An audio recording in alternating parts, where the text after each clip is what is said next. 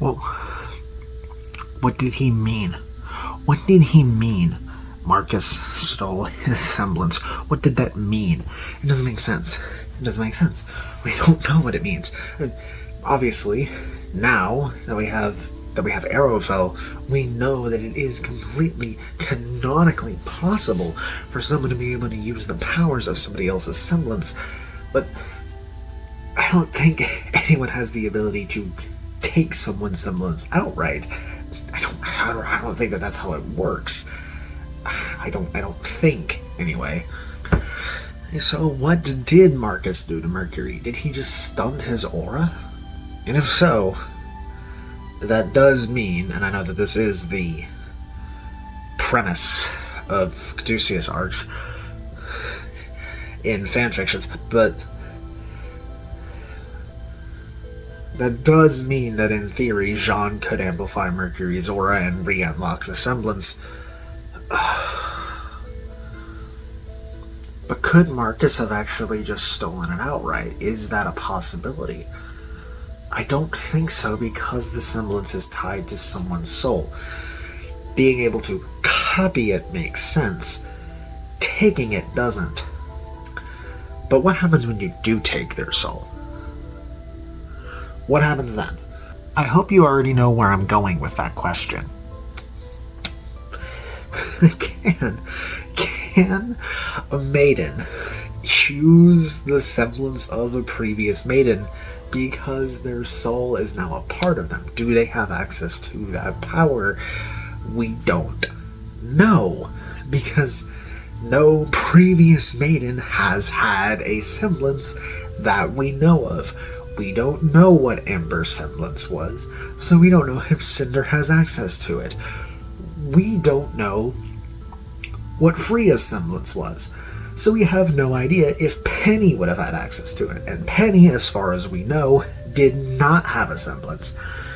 So Winter obviously doesn't have any of that, but she might have Freya's. Maybe.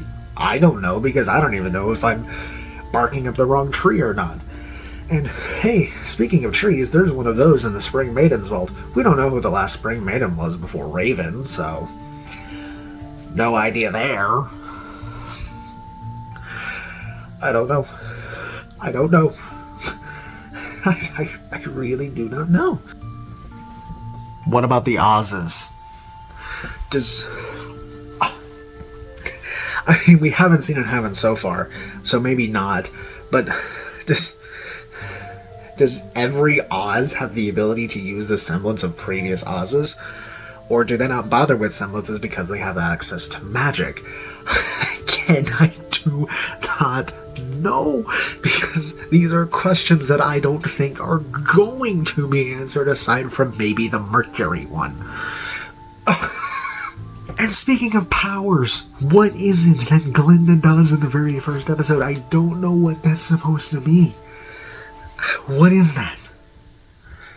I mean, I'm certain that plenty of people have theorized and discussed what that's supposed to be, but I have no idea. It can't just be magic, because magic is specifically maidens.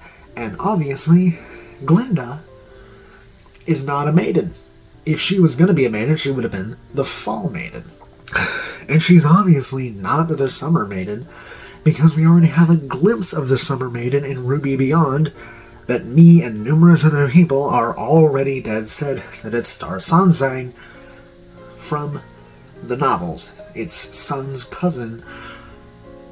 Most of us are pretty sure on that one. I mean, there is the possibility of the theory that Glinda just is the relic. I guess that would make sense where she just booked it as soon as Salem got to Vale to find help elsewhere so that Salem wouldn't get to her. I'm going to delve a little bit into non-canon territory and talk about the movies. This is entirely unrelated. I'm moving on to a different subject entirely because I don't know how to continue that previous one, but talking about Glinda made me think of it. How does the simulation in the movie work? Because I highly doubt that Watts has any knowledge of who Kali Belladonna is. The Atlas Elite makes sense that he would know them for the Weiss side of things. I don't know why he would know who Kali is or Saber. He has a cameo. We still have absolutely no idea who Rolf is. I don't know what the point of that was, where they made a brand new cameo character who is name dropped, and there's the running joke that makes it seem like we're supposed to know who he is whenever he literally did not exist. I don't think it works as a joke because it was confusing more than it was funny. Maybe I should make a theory on who Rolf is. I don't know. Makes sense that he would know who Pyrrha is. I don't know how he would know just how important Pyrrha is to Jean, but he would know that they were on the same team. And I'm kind of counting Kilgore out on this, because obviously Kilgore's not going to know. There is the possibility that the simulation just taps into the minds of the people who are in it, and that's why they have characters that Kilgore and Watts don't know of in the simulation. I guess that would also explain, like, why, well, yeah, because their memories are wiped, so the simulation obviously adapted into their mind anyway to adjust their memory. But their memory slowly coming back to them is why things like Ozpin, he just constantly shifts between Oscar and Oz.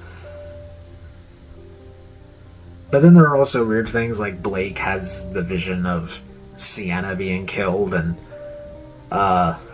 she wasn't present for that. Oh, as an additional point, as for like proof that it gets into their memories,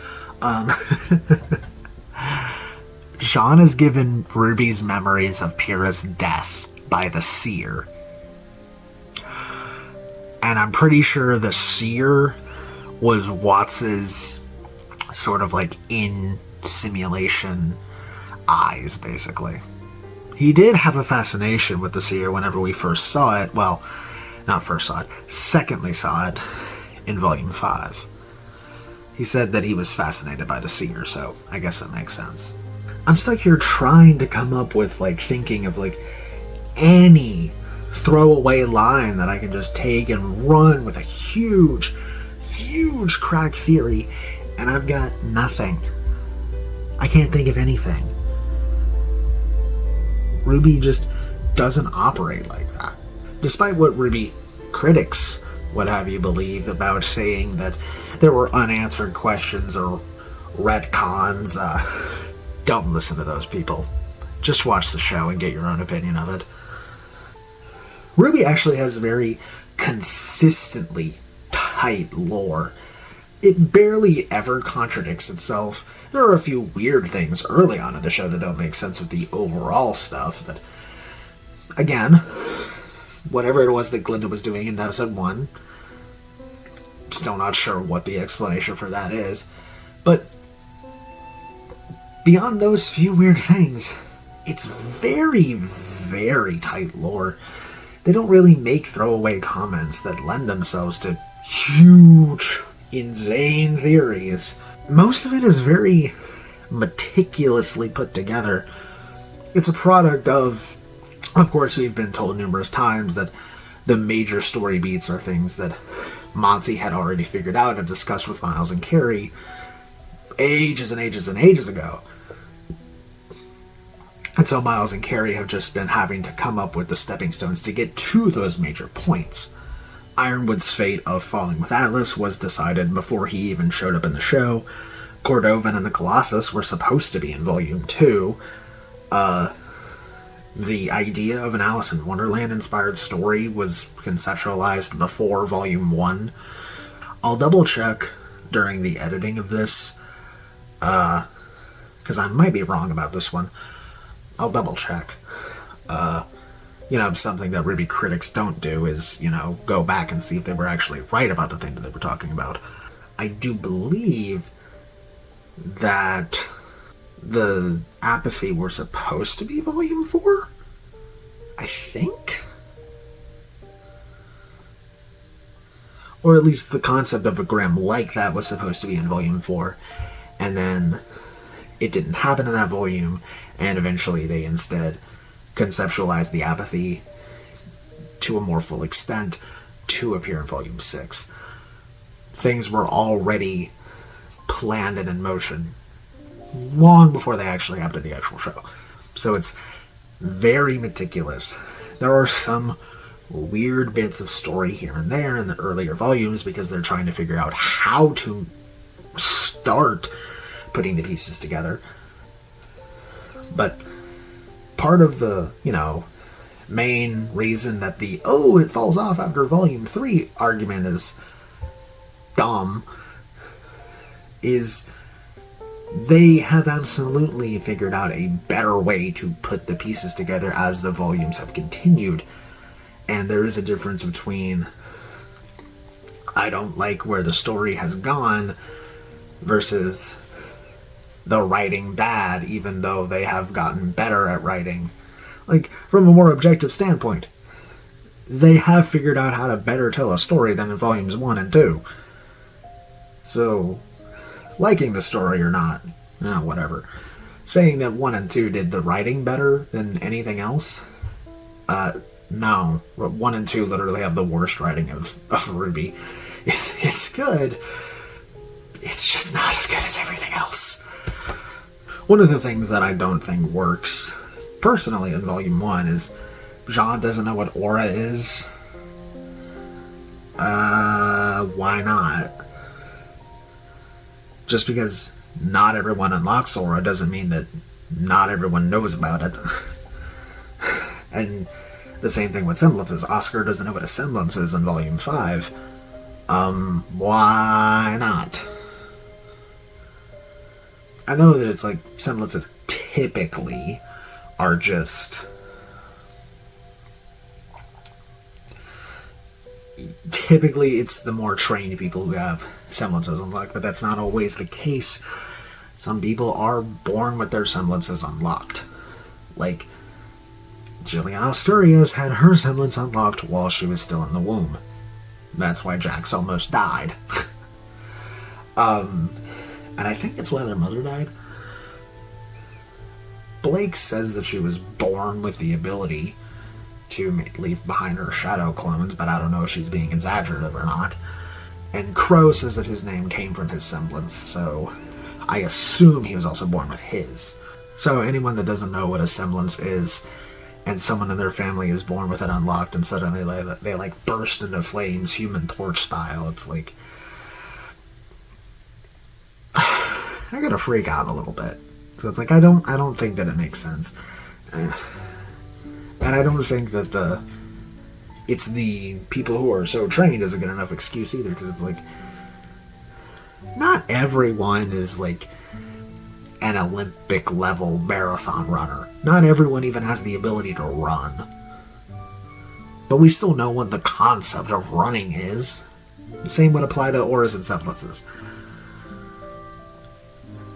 I understand narratively why they decided to write it the way that they did. Jean is the surrogate audience member, so it's written to explain what aura is. But I don't really like the way that it's done. I like whenever they explain Pyrrha's semblance, and she just says the word semblance. She says it because the characters know what it means.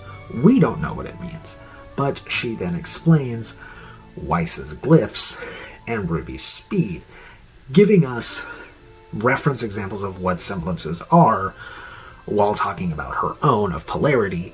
I think that's much better written and makes more sense than the just, oh, I don't know what aura is. Tell me. And I don't... Once, it's another situation of I get it narratively. Talking about it in Volume 5, I get it. Having Jean and Oscar have something they can bond over by being the two who have the most growing room so far. But also, it's the lead up to Jean eventually having his semblance in that same volume is talking about him not having it yet. I just don't think Nora explaining that it's your own superpower was a necessary line of dialogue 5 volumes in. I think I talked about that in the RWBY criticisms video. I think I did. I am still trying to figure out why the central location portals are tied to the ever after. I thought that my theory on the relic world was pretty solid, and I still do think that it's solid, even though it's not true. I do think that it had solid foundation to work with, but I don't understand. Why is the central location tied to the ever after, and what does that have to do with the relic worlds? To where that's the catalyst for Ambrosius's, you're either really clever or much more foolish than you think. Why? Why does he say that? And why is it tied to the ever after? Why? I don't get it. There's still a connection there that I don't know what it is. I thought I had it, but I didn't. I really thought I had it. It made sense. It made total sense. Ambrosius is literal, so whenever you say, a place like these vaults. Oh, okay, I'm going to make it here. The vaults. Why? And where do the vaults even come from? Because obviously they weren't made by the staff. How did Ozpin make those? He didn't use the staff.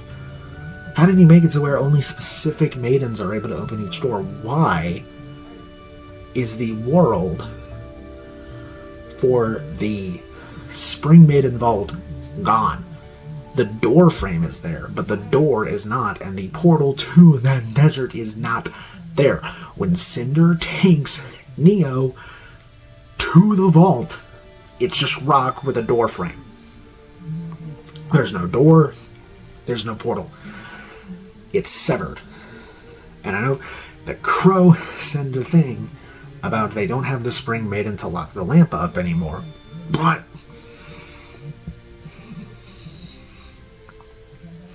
there's not a door to open to put it back in.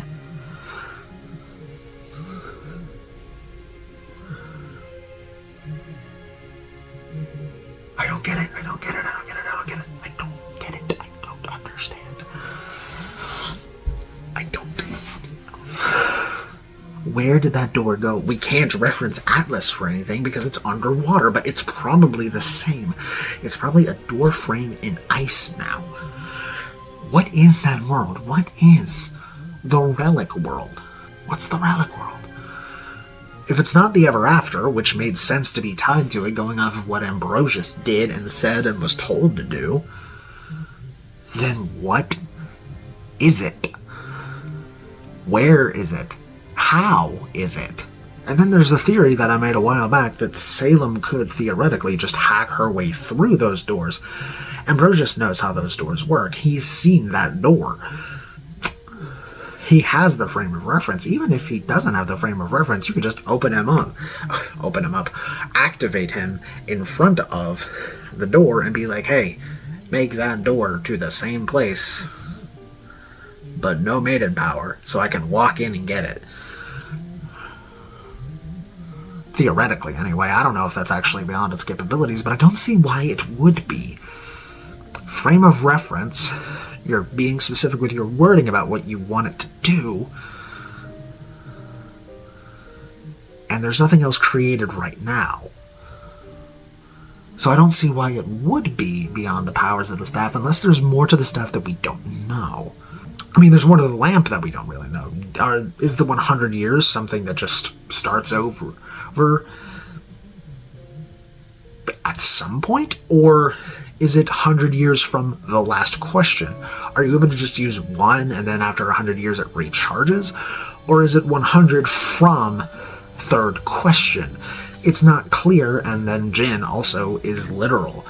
She says, what is Ozpin hiding from us? She doesn't say, what is the truth?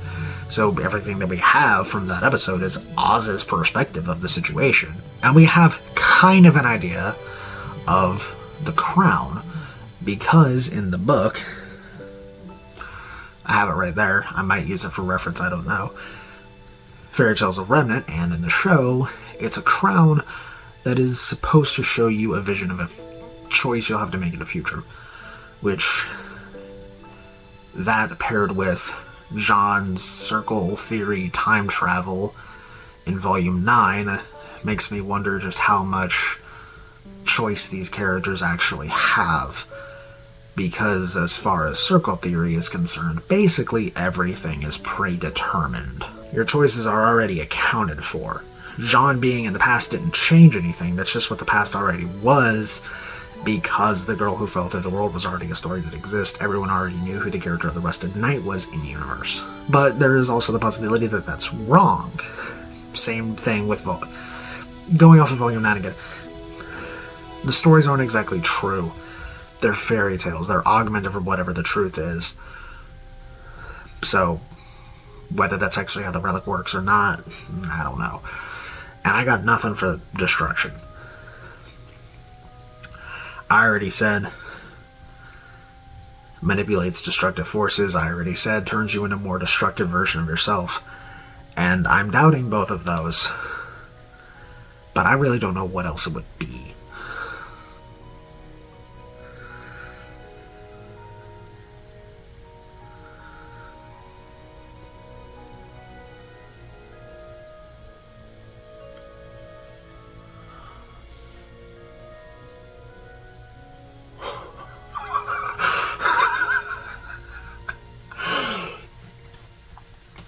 I'm going to bring it right back around to the beginning.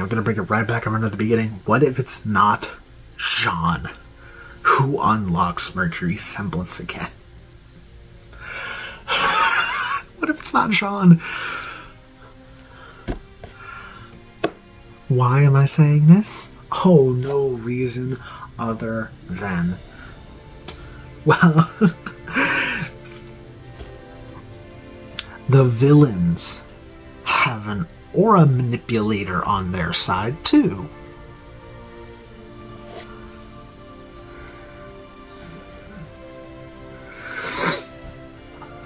Technically speaking, they have 2 aura manipulators, because Tyrion's semblance is also disrupting aura, so yeah, he counts. But I'm talking about Jillian, as per the Volume 9 epilogue animatic. They have recruited Jax and Jillian Asturias. Now, Jax is a little bit weird because he was left in a vegetative coma state at the end of the 2nd book. But it goes without saying that aura heals people, and with the way that Jillian's semblance works, unless they have like X-Men style like mutant power dampening collars for semblances, they very well could, but I don't think those would be in vacuo. That sounds more like an Atlas thing. She's probably been siphoning off aura very, very slowly to Jax to heal him, enough to make his recovery speedy, but also not too much to as to draw attention to herself. So what if it's Jillian that does it? It could be. I think thematically Jean works substantially better, but I don't know.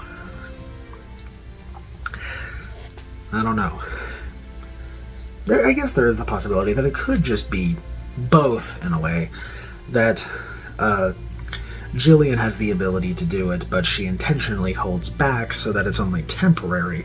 So long as Mercury is working alongside her, she will grant him his semblance back through her aura siphoning. But when Mercury turns eventually, he is going to turn, she cuts him off. It's like, no more aura for you. No more semblance for you. So, Jean eventually aura amps him. Maybe to heal him after a fight with Tyrion, perhaps. That probably will happen if Mercury turns.